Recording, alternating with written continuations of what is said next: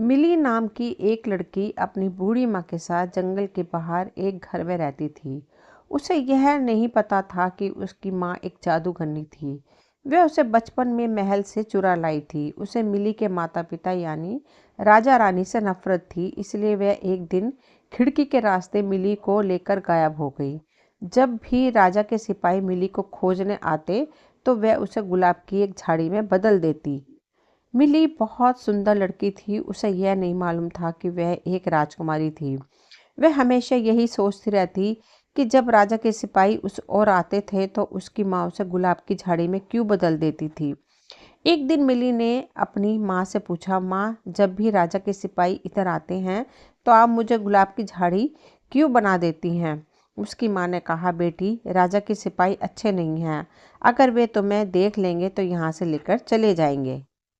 लेकिन जादूगरनी लोगों को गुलाब की खुशबू लेने से नहीं रोक पाती थी। वे गुलाब इतने लाल और खूबसूरत थे और खुशबूदार थे कि लोग अक्सर वहां रुककर उनकी सुगंध लेने आते थे। एक दिन पड़ोसी राज्य का राजकुमार राजा रानी से मिलने आया और कुछ सिपाहियों के साथ जंगल में शिकार खेलने गया। जब जादूगरनी ने राजकुमार को देखा तो उसने मिली को तुरंत गुलाब की झाड़ी बना दिया। राजकुमार जादूगरनी के घर के बाहर आकर गुलाब की खुशबू लेने लगा। जब उसने सिपाहियों से उसके बारे में पूछा तो उन्होंने बताया कि वह खुशबू उस घर से आ रही थी। तब राजकुमार ने जादूगरनी के घर में जाकर उससे पानी मांगा।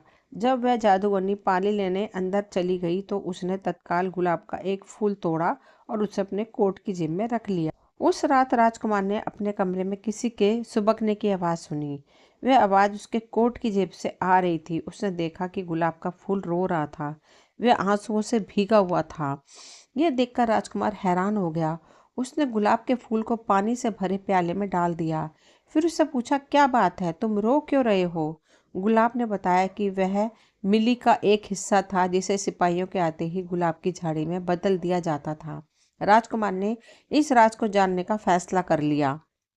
अगले दिन राजकुमार छिपकर वहां गया और खिड़की से जादूगरनी को देखने लगा।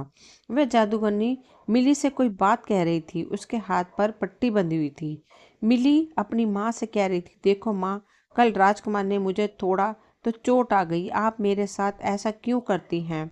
मिली की माँ ने कहा, अगर राजा के आदमी इधर आए तो तुम छिप जाना, फिर वे अन्य फूल नहीं तोड़ पाएंगे। अगर उन्होंने फिर से गुलाब का फूल तोड़ा तो तुम मर जाओगी।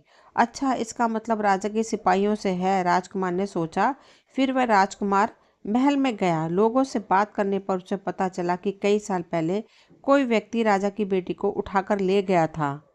अब मैं समझा, अमीली ही वह राजकुमारी होगी जिसे महल से चुराया गया था। मैं इस बात का पता लगाऊंगा कि वह वाकई राजा की बेटी है। राजकुमार ने मन ही मन में विचार किया। इसके बाद वह राजकुमार उस राज्य के कुछ बूढ़े लोगों से मिला और उन दरबारियों में से भी भेंट की जो अब बूढ़े होने की वजह से दरबार में नहीं जाते थे। उसने उन लोगों से उस समय की घटना का सारा ब्यौरा लिया। जब राजकुमारी का अपहरण हुआ उसके बाद राजकुमार ने मन ही मन में कोई फैसला कर लिया। एक रात जब राजकुमार सिपाहियों के साथ दोबारा जादूगरनी के घर गया तो उन्हें देखते ही जादूगरनी ने मिली को गुलाब की झाड़ी में बदल दिया।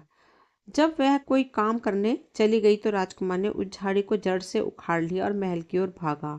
वहां उसने एक सुंदर गमले में उसे लगा लिया। राजा को सारी बात बताई। अगली सुबह राजा ने जादूगरनी को बंदी बना लिया और उससे कहा कि वह गुलाब की झाड़ी को राजकुमारी में बदले। जादूगर ने गुलाब की झाड़ी को राजकुमारी में बदल दिया। इसके बाद जादूगरनी को एक तहखाने में बंद कर दिया गया। फिर राजकुमारी मिली की शादी राजकुमार से हो गई और वह दोनों खुशी खुशी रहने लगे।